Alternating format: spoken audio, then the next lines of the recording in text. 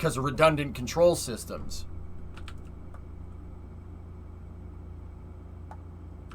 Newer ships have direct control now on the bridge and the CICs, if I'm not mistaken.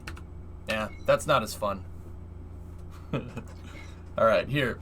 We got a Soyuz launch. Let's get to it.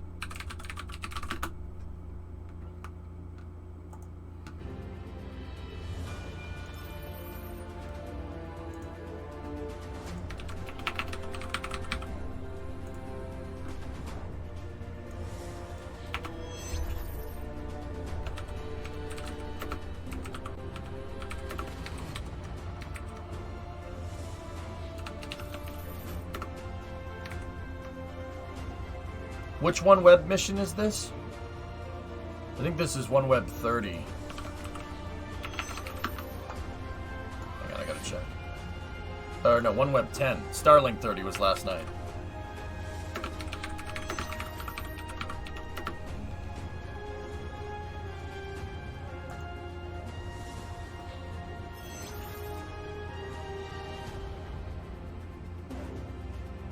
Oh yeah, Train Man, that's right. I'm giving her all she's got, Captain. Quite literally that, yeah. Alright, here. Here we go. You know what? You know what? You know what? We need to...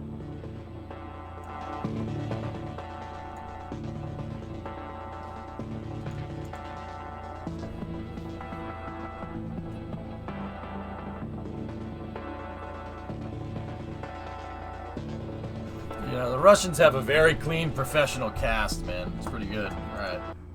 Oh. ONEWEB на орбиту обеспечивает Nikolai and российские Julia ракеты back. «Союз-2-1Б» и разгонный блок «Фрегат». На первой и второй ступенях ракеты-носителя применяются созданные в НПО «Энергомаш» жидкостные ракетные двигатели РД-107А и РД-108А, а на третьей – четырехкамерный РД-0124. А теперь подробнее о технических характеристиках ракеты-носителя «Союз-2-1Б». Ну, собственно, Юля, подробности о составе замечательной ракеты «Союз-2-1Б» наши зрители увидели только что. Продолжаем наш прямой эфир. Готовимся к запуску с Байконура очередной партии спутников ONEWEB. Вывоз из монтажно-испытательного корпуса ракеты-носителя «Союз-2-1Б» с разгонным блоком «Фрегат» и партии из 34 космических аппаратов ONEWEB состоялся 11 сентября. Ракету космического назначения установили на стартовой площадке. Does YouTube translate? I understand what they're saying. Do you? They basically said we're about 30 minutes out from the Soyuz 21B launch with the Fregat upper stage to launch the ONEWEB-10 mission for the most part. And then they talked about how many satellites the payload has on it, etc., etc. Дело, безусловно, захватывающее, но не очень сложное. Гораздо сложнее разобраться, что предшествует этому короткому, но яркому мгновению. Давайте разбираться. Let's go. Let's figure it out. Hey, nice. Funny thing, those satellites were made in Florida. They're made at, guess where they were made? Kennedy Space Center. True story. And they shipped them halfway around the world to Russia to launch them into space. Strange, right? Итак, 10 сентября, 16:00, 4 дня до пуска. Мы находимся в монтажно-испытательном корпусе, где практически завершена сборка всех частей ракеты-носителя. Как вы уже поняли, на Байконур они прибывают в разобранном виде. Все это занимает 7 железнодорожных вагонов, 2 дня их только разгружают. А потом этап соединяют все части вместе. Сейчас ракета уже собрана, специалисты занимаются финальными контрольными измерениями. No, do not hump.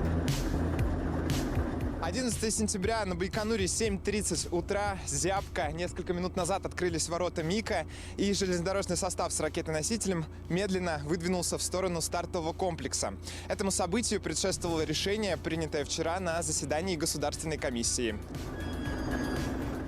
Скорость движения состава около 5 км в час. Так медленно для того, чтобы при транспортировке дополнительно не нагружать еще пустые топливные баки. Время пути займет около 40 минут.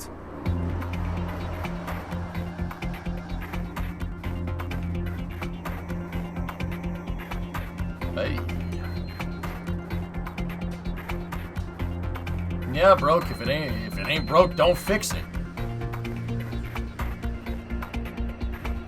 Yeah, I didn't want to guess, but if I had to wager a guess, he probably said that the rocket's going to roll out and the train's going to carry it a couple of kilometers to the launch pad where it will be put vertically on the pad to get ready to launch.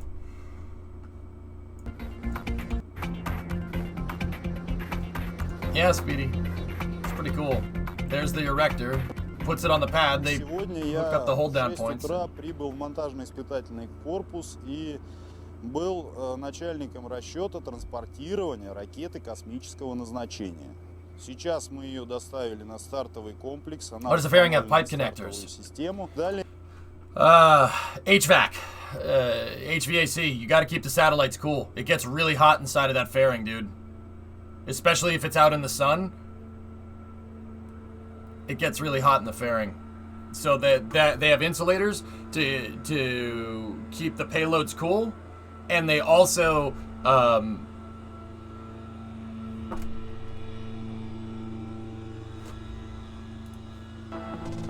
they put a positive pressure inside of the fairing. So basically the fairing is there's a draft basically inside. So they have positive pressure going in, cold air going in, and then hot air going out, and they keep it as a positive pressure so no foreign object debris goes in and messes with the satellites when it's out on the pad.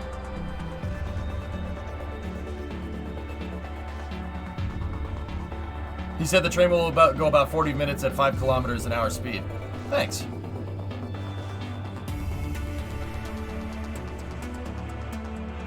Alright, let's go back over here. Это Роскосмос ТВ.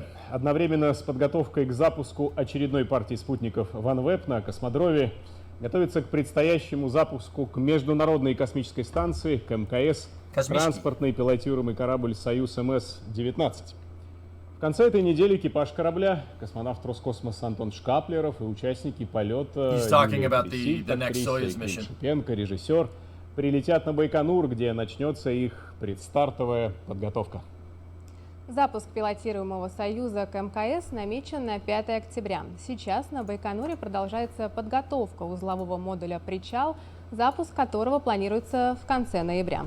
Подробности в специальном репортаже нашего корреспондента Влада Миронова. Yeah, they're talking about the upcoming Soyuz missions. Hello. Oh, wait. Привет. Эй, узловой. Пока на стартовом комплексе площадки 31 завершаются работы над пуском сегодняшним, на другой локации Байконура активно продолжаются уже над следующим, пилотируемым. Мы находимся в монтажно-испытательном комплексе филиала корпорации «Энергия» на космодроме Байконур, где прямо за моей спиной проводят предполетные испытания всех систем корабля, на котором совсем скоро полетит первый в истории киноэкипаж. Really fast, dude. I can't get it. Вызов должен стать не просто первым в истории фильмом, снятым на орбите. Это уникальный способ подготовки непрофессиональных космонавтов, который пригодится во время экстренных МКС, например, ученых или медиков. Основной дублирующий экипажи миссии успешно... непосредственно к пуску и встрече экипажа космического корабля «Союз МС-19». Что-то такое присутствует, да, что необычный экипаж, что всего лишь один профессиональный космонавт, но в плане подготовки корабля и работы расчетов это не сказывается никак. У нас в этом плане ничего не поменялось. Мы также должны все сделать свою работу качественно, вовремя, в срок. They're not hating, so they're just giving each other crap. That's all. At least I'm pretty sure. Узловой модуль «Причал», пуск которого ожидает... Trust me, if we were hating, we wouldn't be watching this.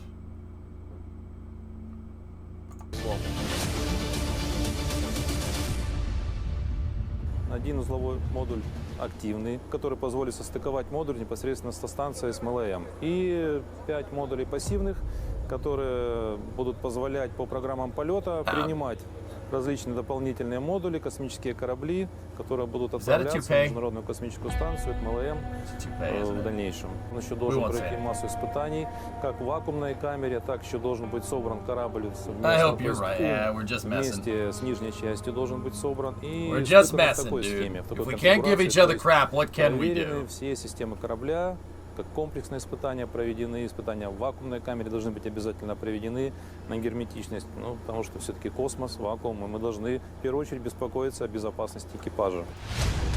Напомню, запуск модуля запланирован на конец ноября с Байконура.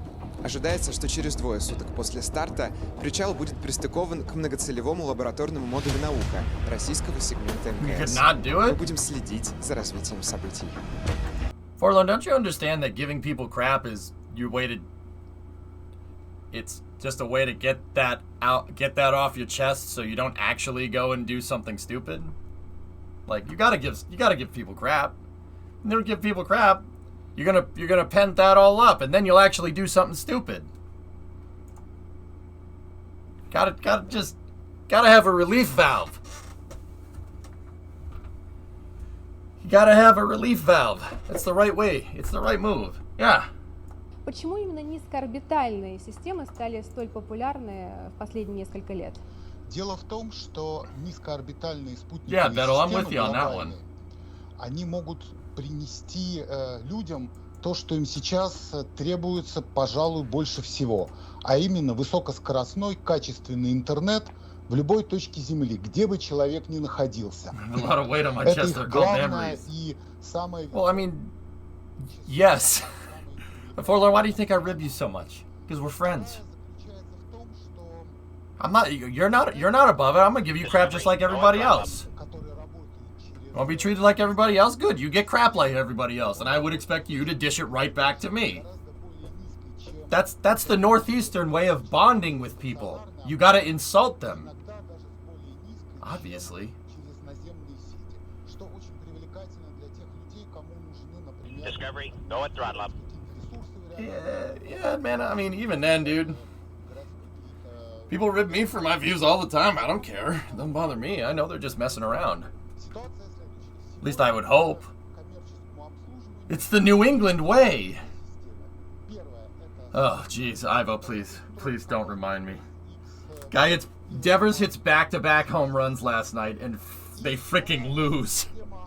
Dude, the Red Sox, they laid an egg, man. I feel bad for gloating back in July. God dang, dude. But Toronto's on fire right now. Some, I don't know what they're doing up there. They must be putting something in the water.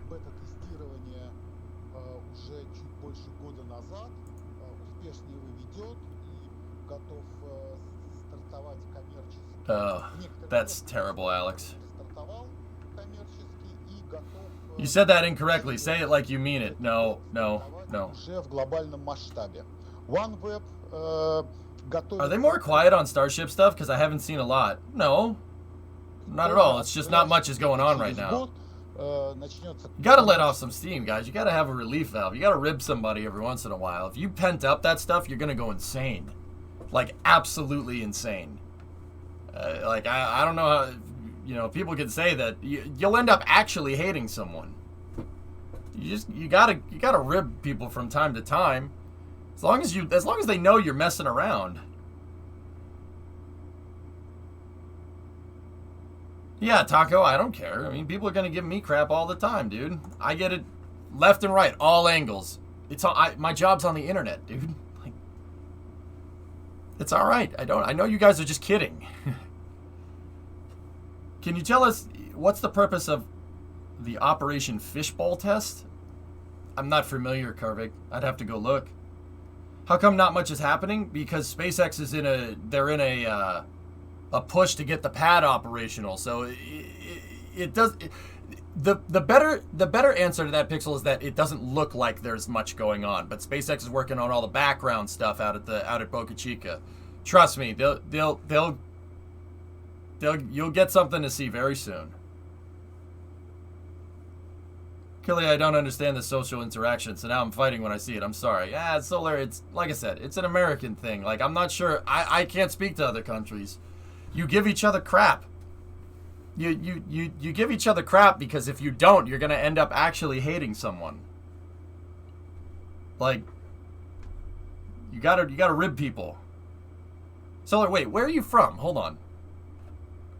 Is OneWeb American now? No. Yeah, Alex, there is that. Okay, so you're in Denmark.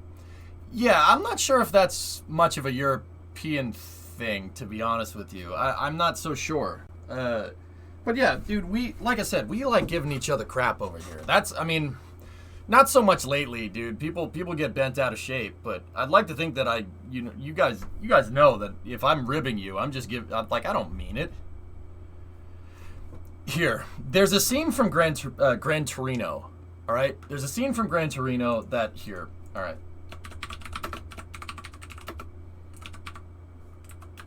I'll show you. The barbershop scene from Gran Torino, okay? Here. There is some explicit language in it, but Soler, watch that. That link should tell you everything you need to know. It's probably just because it's an American thing, dude. When we say, like, dude, I understand that the Soviet Union and Russia is not the same thing. Those are two different countries. I get it. Most of the people here get it. We're just giving them some crap. And I would expect them to call us fat, stupid Americans in return. I would expect that. If I don't get that back, then I'm concerned. That's when there's a problem here, you know? Like, you're damn right there's a McDonald's down the street from me. There's like 3 of them. Guess what? And I eat that food all the time. Like, you know? That's, yeah, it must not be a thing in Europe so much. In Europe, people are often hesitant in giving crap unless it's properly justified because of historic... Yeah, I get you. We rib each other other when we like each other, just how it is. I always tell my friends I'm not picking on you some way means I don't like you. Pretty much, Punisher, yeah. Typical U.S. humor.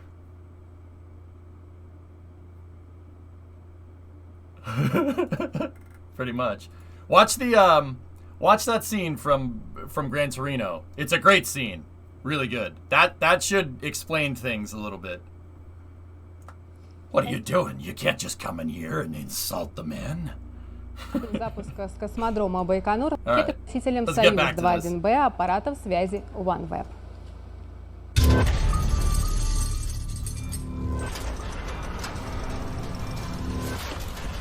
Australians do that. Oh, Australians give more crap than Americans do. Brazilians do too. Brazilians love giving each other crap, dude. Brazilians and Australians, they're worse than we are. Way worse than we are.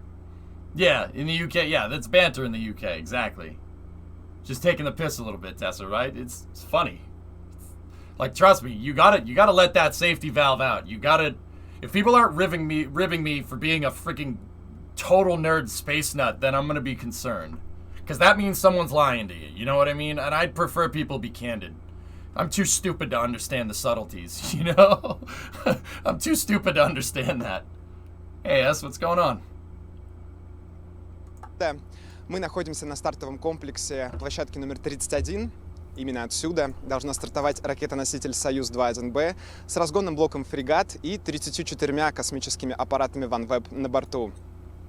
Саму ракету-носитель вы можете видеть прямо за мной в огнях технического освещения. Это юбилейный 10-й пуск по программе ONEWEB и 4-й с космодрома Байконур. Еще один юбилейный 100-й пуск сегодня предстоит и разгонному блоку «Фрегат». Его производит ВНПО имени Лавочкина. Весь процесс выведения автономный, без вмешательства с Земли. Напомню о том, что запуски космических аппаратов ONEWEB — это коммерческий проект, в котором участвуют ведущие предприятия Роскосмоса, такие как РКЦ «Прогресс», производитель ракет-носителей, НПО имени Лавочкина, о котором я уже упомянул, производитель разгонных блоков «Фрегат», ОКБ «Факел», производитель стационарных плазменных двигателей для спутников, конечно, Центр эксплуатации объектов наземной космической инфраструктуры ЦИНКИ, который обеспечивает транспортировку всех элементов на космодром, подготовку и проведение пуска. И, конечно, компания «Главкосмос», оператор внешнеэкономической деятельности Роскосмоса, которая с российской стороны курирует запуски британских спутников. Но сейчас внимательно следим за программой полета и желаем удачи всем специалистам, обеспечивающим... So this is pre-recorded footage. The guy's just talking about the rocket and the mission ascent profile. That's a live shot from Baikonur, and this is a live shot from... I don't know if that's a live shot from Vostochny. I know that that's the live shot from Baikonur back there. Космических аппаратов ONEWEB — это коммерческий проект интеграции внутри отрасли, в котором участвует целый ряд ведущих предприятий Роскосмоса. Это ракетно-космический центр «Прогресс», ракета-носитель, НПО Лавочкина, разгонные блоки «Фрегат», ОКБ «Факел», стационарные плазменные двигатели для спутников. See, Nikolai разумеется, speaks в центре slow. эксплуатации He объектов speaks наземной slow, so I can космической understand him. инфраструктуры, цинки. Because I'm Это getting the транспортировка words, всех but элементов на космодром. the other guy with the подготовка, earpods пуска, его is way проведение. too quick for Ну и me. нельзя не сказать о том, что компания Главкосмос, оператор внешнеэкономической деятельности госкорпорации Роскосмос, с российской стороны тщательно курирует запуски британских спутников. Ну а с нами в студии Тарас Сержантов, это руководитель Департамента технико-экономического обоснования федеральных целевых программ организации АГАТ. Организация АГАТ — это головная экономическая научная организация Роскосмоса. Тарас Михайлович, приветствую. Здравствуйте. How are you today, sir? Присаживайтесь, спасибо, что нашли время прийти к нам в студию. Вопрос, что называется, прямой и конкретный. Коммерческий космос. I don't know who this guy Для is. чего он нужен российской космонавтике и стране в целом? Да. Это очень хороший вопрос. Спасибо. Коммерческие заказы для любого I don't know предприятия, what you mean, Zebra. космической отрасли или любой другой, в первую очередь обеспечивают дополнительную загрузку производственных мощностей. Ну и как следствие генерируют дополнительную выручку для предприятия. Это приводит к ряду положительных эффектов как экономического характера, так и неэкономического. Но в части экономики для предприятия это создает дополнительную прибыль, создает возможности для развития, инвестиционные возможности. No, ONEWEB isn't dead, S-Master. А для страны в целом, поскольку у нас India все put some предприятия seed money входят в into it, контур госкорпорации so Роскосмос, it's like a это consortium создает of рабочие места, operators from like the UK, увеличивает from вклад в India, ВВП, and ну и, from a конечно couple же, of other places. увеличивает объем налогового But yeah, they still отчисления. launched, dude. Oh yeah. Вот. Кроме того, есть ряд неэкономических эффектов, таких как The studio broadcast is live, контрактного yeah. портфеля, это увеличивает устойчивость. What are the major space устойчивость agencies, предприятия. companies, and programs right now? Ну и That's a наличие long list, практического Taco. опыта на международной арене, это в любом случае является положительным Yep, опытом. it's made it. который The satellites are сложно made at Kennedy измерить Space Center, в Snooze. каких-то Yep. числовых показателях. Weird. То есть They're down the коммерческий street from космос, Blue вообще этого Origin's New Glenn словосочетания не нужно factory. опасаться. Strange. Это совершенно нормально. I've watched the first Это, episode, B-Money, yep. дополнительные рабочие места, дополнительные средства, дополнительные возможности для развития отрасли. Конечно. Если, так сказать, Yeah, this one is going to have 30 on it. Международный рынок I think. Роскосмос. На этом рынке. Что сегодня госкорпорация наша может предложить заказчик? Ну вот сегодня, когда мы запускаем ONEWEB очередной раз, мне кажется, это хороший повод еще раз об этом поговорить. Да, конечно. 34 on this one. Наиболее заметным сервисом, который Роскосмос предоставляет на коммерческом рынке, это, конечно, пусковые услуги, как сегодняшний запуск аппаратов ONEWEB. How high are these satellites Помимо going? этого, 600? Роскосмос 600, производит 700? продукцию, They're up there. They're космическую higher than технику в Starlink. интересах коммерческих заказчиков. Это и космические аппараты 10 связи, minutes. аппараты дистанционного зондирования Земли и услуги по Yep, they have полетам на ion международных thrusters. They call them космических plasma станциях, thrusters, but they're туристических ion thrusters. They're like Эти Starlink. сегменты — это создание непосредственно космической техники, и они находятся на виду. Но помимо этого существует достаточно Miles, большой 32 пласт month resub. менее Thank you. заметных, но не менее значимых Are there any other countries that have privatized которые space оказывает flight? Роскосмос. Well, Вот. Это Stroker, yes and no. The Russian space program. The Russian space program is a company. Roscosmos is a corporation. They're a corporation with the state as the primary shareholder. So, if you're from the U.S., Amtrak, good example. Amtrak is our passenger rail service. It exists. It exists. Roscosmos is that. It's a state-owned corporation. So it is a corporation with the biggest shareholder being the state. So whether you figure that to be like a company or a government organization, NASA is different. NASA is not this. It's not exactly the same. Roscosmos would be like if SpaceX was partially owned by the U.S. government, but it's not. It's fully private. But the Russian space program was nationalized in 2018. From 1991 to 2018, the Russian space program was private. It was a private space program. Yeah. NASA would give them contracts and they would launch people into the space station, etc., etc. So there's that. There's also Copenhagen suborbitals. I don't know if that necessarily counts. Copenhagen suborbitals is entirely 100% private. They do not. They're guys that are fielding rockets on their own dime. So there's that. There is a Japanese small-sat launcher that launches the Momo rocket. That is private. Momo is... it's had a spotty record, but yeah, there is that. What else?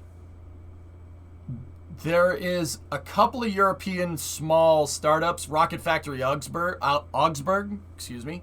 And Europe is trying to get a commercial space program up and running to lower the costs. They're trying to do their own commercial orbital transport services program. At least that's in the works right now. They don't, nothing's on paper just yet, but what's the difference between ion and plasma? Yeah, exactly. What Jack said is right. I bet they will make it cheaper. Yeah, maybe.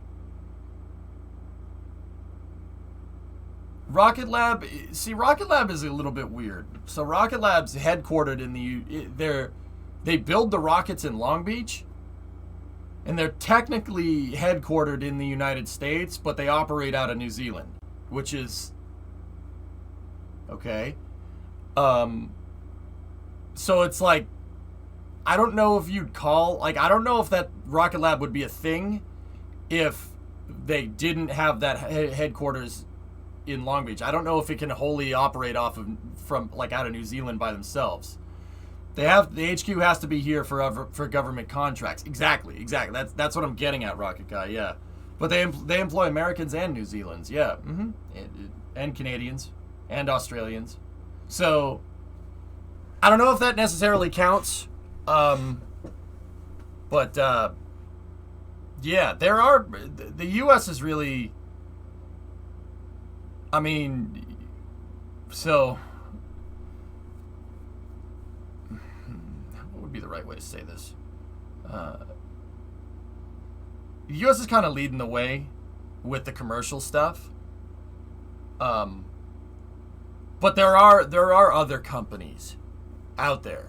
You're starting to see a commercial industry that's not just coming out of the U.S., which is cool. That's cool. But, I mean, technically, if you want to really, really be technical about that, Roscosmos was technically the first private space program. Or the companies that precluded Roscosmos. Yeah, it was private. It was a private space program. And then the Russians renationalized it in 2018 because there was all kinds of corruption in that program. All kinds. Like, I've read about it. It's not like Vostochny started in like 2013, 2014, right? And they didn't get a Soyuz launch off until 2018. There was massive corruption. That's why they hired Dmitry Rogozin. Actually, I think he volunteered for that position, if I'm remembering correctly.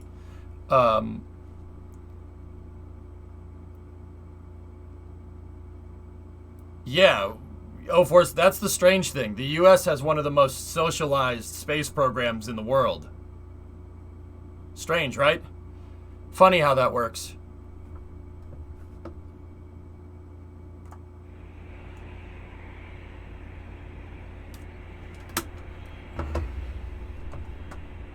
All right, 4 minutes out. Yeah, perhaps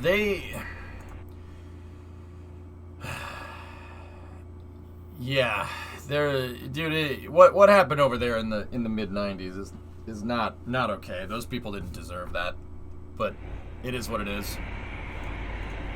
This is live right now. Yep, we're looking at a Soyuz 21B with a Fregat upper stage, launching 34 OneWeb satellites out of the Baikonur Cosmodrome. The Soyuz 21B is a 3-stage rocket with a 4th hypergolic stage sitting inside of the fairing. On top of that, you have 34 OneWeb sats. Each OneWeb sat's about 150 kilos, which is 330 pounds each. They're about the size of an engine block, maybe. This is going to shoot them up to a 600-700 kilometer orbit. This can't be live. It's dark. And we're about 3 minutes out. Cosmos, 11-month resub. Roscosmos, да.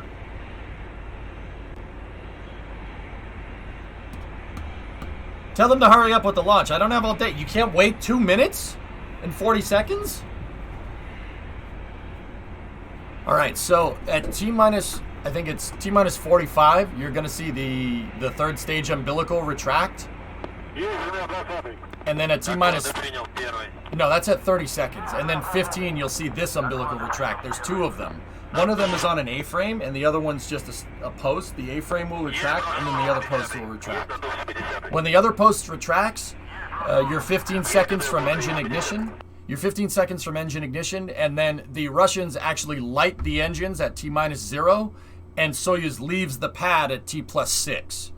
They have engine ignition at T+0, as opposed to like a Western launch where you have engine ignition at T-minus 6 seconds, and then at 0 you leave the pad. It's just potato, tomato, tomato, tomato, you know what I mean? It's the same thing. The sequence is still pretty much the same, it's just the time is shifted by 6 seconds.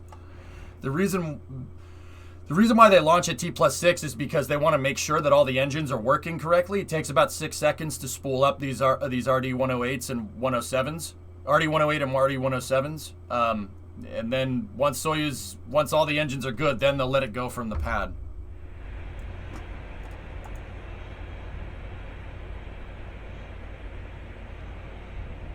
Is Russia still building a launch complex on Russian soil? Vostochny. Mm-hmm. Oh yeah, they're expanding it like crazy. RD-180 is better. I mean, why have RD-180s when you can have RD-170s? You should see the new digs that they're cooking up in Mena. They're cooking up Soyuz 5. Soyuz 5 is a Soyuz third stage in fairing, but it's on top of a friction stir welded booster with an RD-170 at the bottom. RD-171MV, which is a modernized RD-170. It's the most powerful rocket engine around. They're cooking that up. All right. It's a good rocket, Albert. All right, stand by for umbilical retract. Okay. Third stage umbilical retract.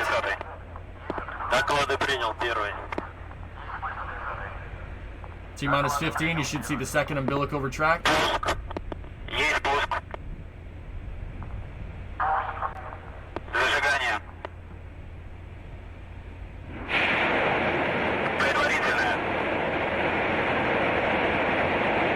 Three, 4, 5, 6, go. Oh, there we go. Nope. Yep, all right, looks good. I was a little bit off. Nice drone shot, though. The drone shot, though. Excuse me.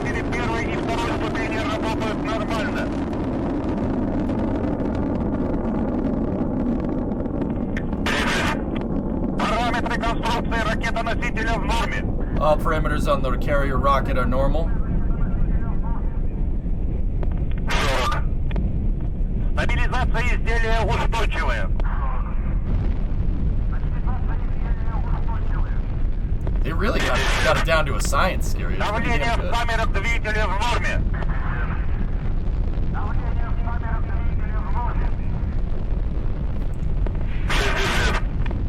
Тангаж, рыскание, вращение в норме.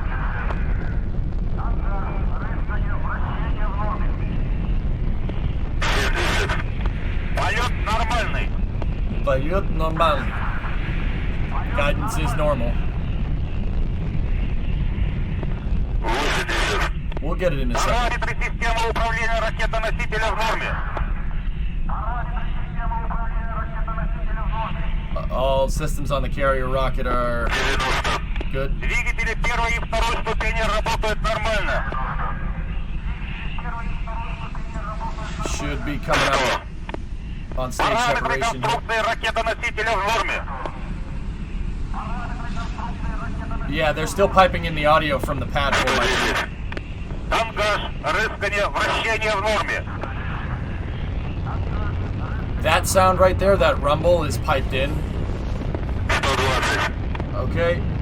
Есть выключение First двигателя stage по separation блоку. confirmed. Есть Oh, very nice. Very nice. We saw it for a second. We saw the cross for a second. Стабилизация изделия устойчивая. Second stage will burn for about 150 more seconds, give or take. 140. Параметры конструкции ракета-носителя в норме. Ракета-носитель normal. Carrier rocket normal. 150. Двигатель второй ступени работает нормально. Automatic systems are... The guidance, automatic guidance systems are good? Полет нормальный. Полет нормальный. Guidance is nominal. 170. Параметры системы управления ракета-носителя в норме.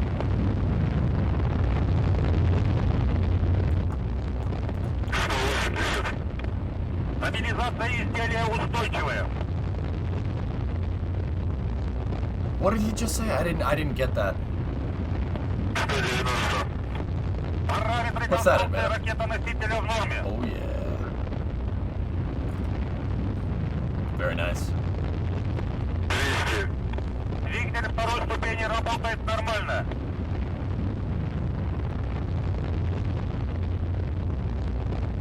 Stability is stable. Stabilization Параметры is системы normal. управления ракета-носителя в норме. Yeah, retired. Yeah. No, that's Italian, SpongeBob. Полет нормальный. Полет Время нормальный. 23 часа 07 минут 19 секунд 121 миллисекунд. 230. Стабилизация изделия устойчивая.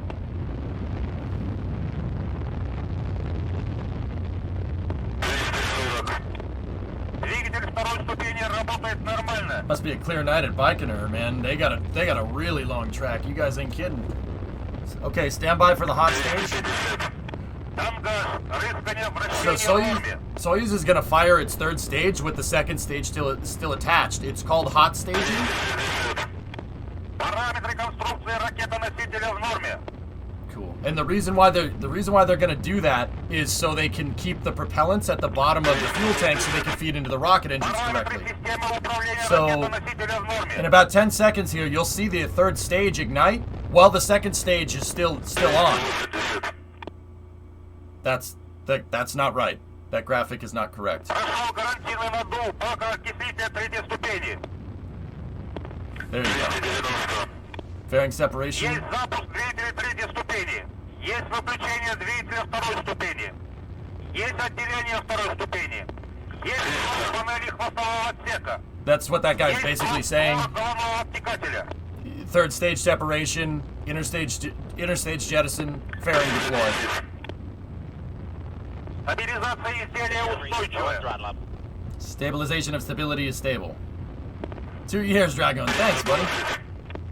Параметры конструкции ракета-носителя в норме. Parametry constructor rocket nositel normal. Didn't say it right.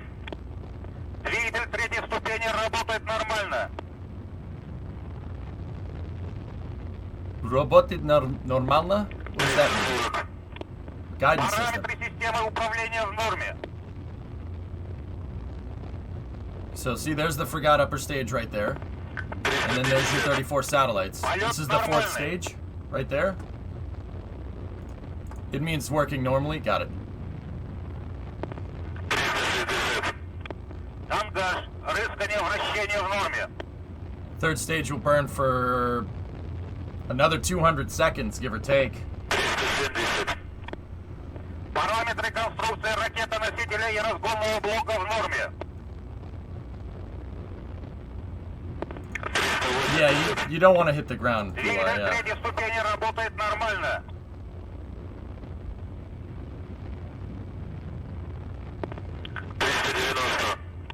Параметры системы управления ракета-носителя в норме.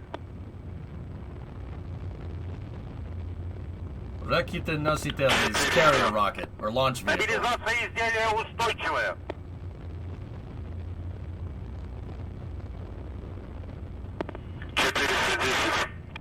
Полет нормальный. How do you mostly understand what the mission controller said? I have people that speak Russian in the chat 4x3 that teach me. Прошло включение второй ступени наддува баков третьей ступени. Параметры системы управления ракета-носителя в норме. 430. Двигатель третьей ступени работает нормально. 440. Стабилизация изделия устойчивая.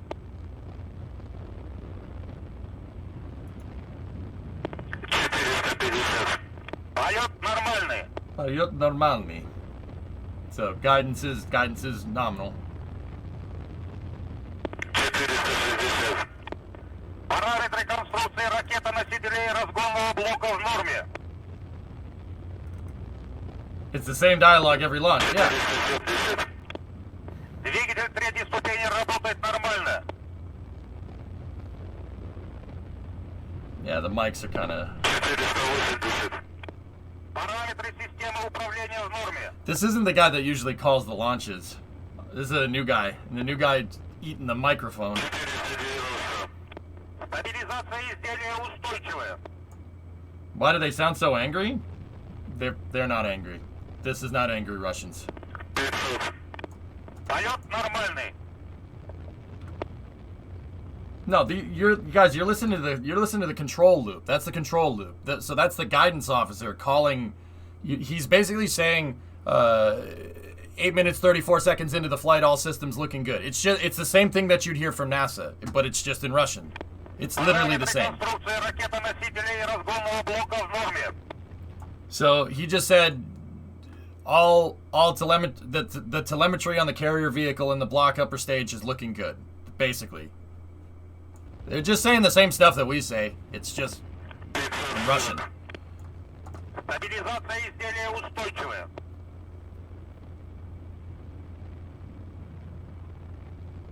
Okay, we're almost at third stage separation here. Параметры системы управления в норме.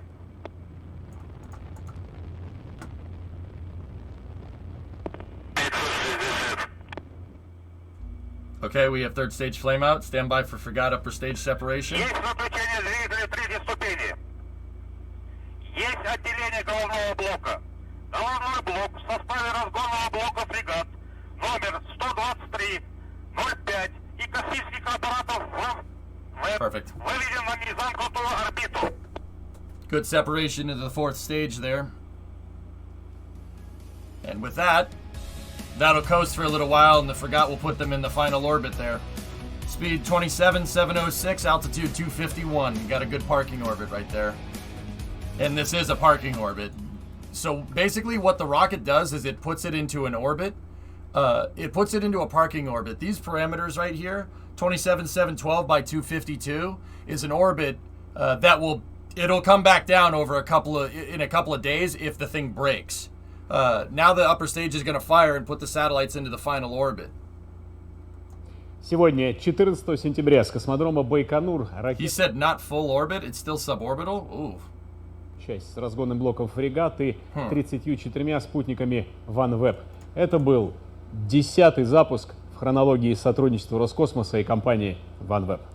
Выведение разгонным блоком фрегат спутников на целевую орбиту займет около 3,5 часов. За новостями следите на сайте и в социальных сетях Роскосмоса. Трансляцию запуска провела команда Роскосмос ТВ и специалисты филиала ЦНКИ Космического центра Южный. Спасибо, что были с нами. До новых встреч в космосе и на Земле. All right, have a good night. See you, Julia. All right. Yeah, once again, Vazi, I think parking orbit, those numbers look like a parking orbit. Let's see, 27,701 by 250. Let's take a look. Let me see. Yeah, I mean, these numbers might not be actual. That might not be actual telemetry here. Subscribe to our social media and see you in space on Earth. Did they just say give the channel, give it a thumbs up? Oh God, Julia, I expected better. Jeez. Yeah, 27,709 is.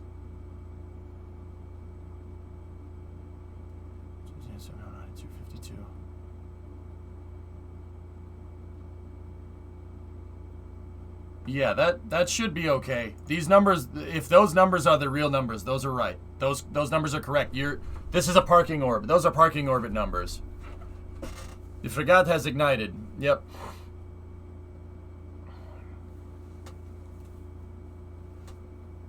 Yeah, they put it in a parking orbit, the decaying orbit, same thing. There's the little OneWeb satellites. And then the frigate upper stage, guys, is basically just a bunch of tanks that are just welded together with an engine in the center. They have a bunch of spherical tanks that are all welded together, and they're in a hoop, and then the engine is in the center. It's about as simple as you can get. It's a hypergolic third stage. But yeah, frigates are very, very, very, very... They're very good for precise insertion. So like putting satellites in constellations, they're really good for that. But yeah, there you go. Hey Nazalik, what's going on? 28,000 is really where you want to be, Solaire. But yeah, that was fine. It's a parking orbit. Maybe he meant not final. I don't know.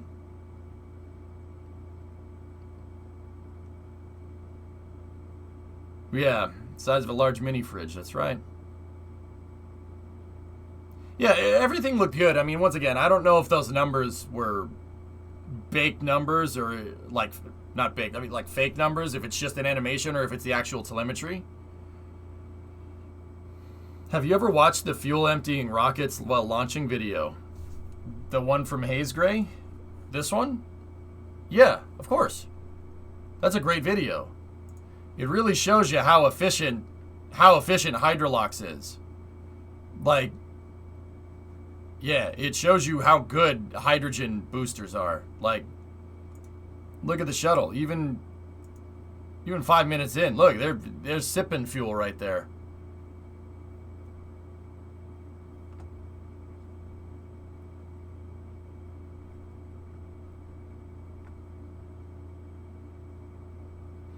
Have you ever watched...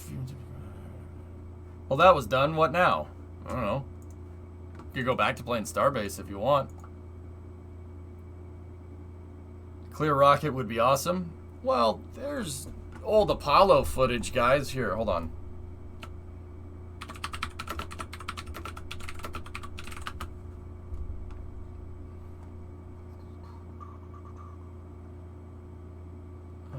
Here.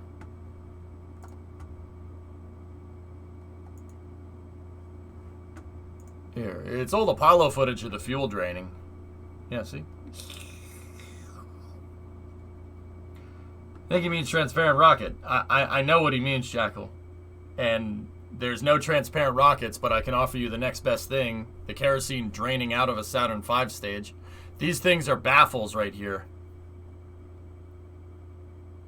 Yeah, this is a camera inside of the center tank, the kerosene tank on a Saturn 1B.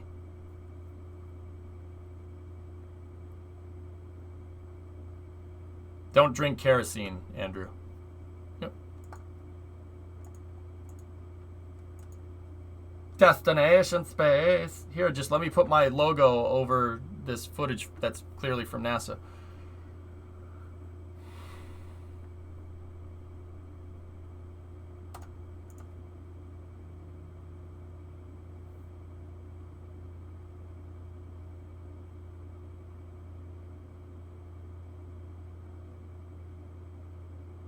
Yep, there you go. It's about the best I can give you. Seems a little risky to put a hot lamp that powerful in the kerosene tank. Why?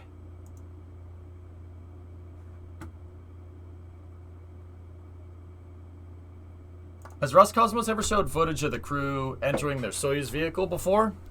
Probably. That's just baffling, yeah. Those tabs in there are tank baffles to make sure that the propellant doesn't slosh around. You don't want that on a rocket. That can cause some really bad problems.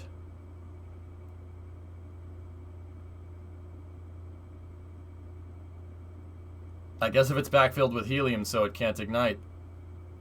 If there's no oxidizer in there, train man, and it's not going to, it won't ignite. Gasoline, even gasoline doesn't ignite. Gasoline doesn't catch on fire.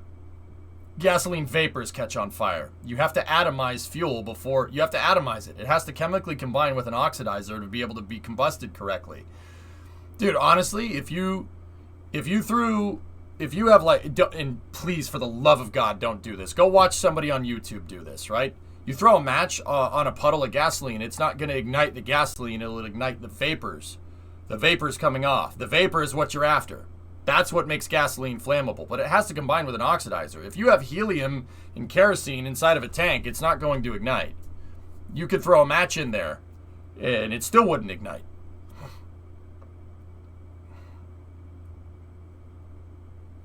Be right back, gonna pump some gas real quick. Yeah.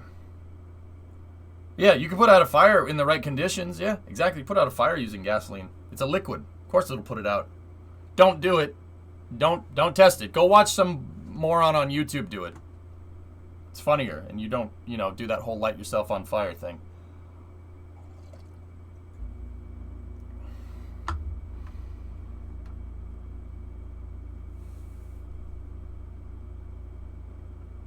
Yeah, there you go, Pixel.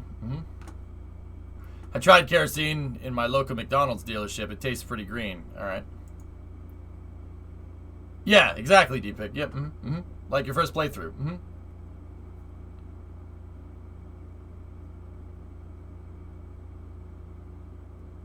Yeah, Edmund, pretty much. Yeah. I've never done it, but yeah, I know what you're talking about.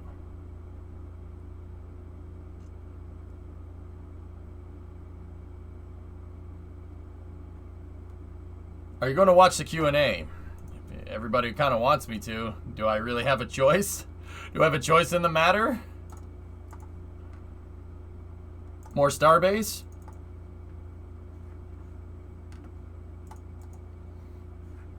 I don't know. What else do we got?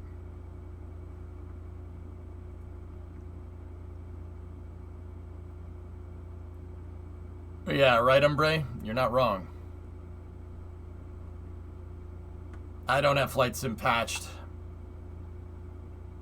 We like to let you think you do. Oh, okay. Well, hey, that's better than nothing, I guess. Icarus, beta weekend's over, Pixel, or else I would be playing it. You can't play it right now. They closed up the beta.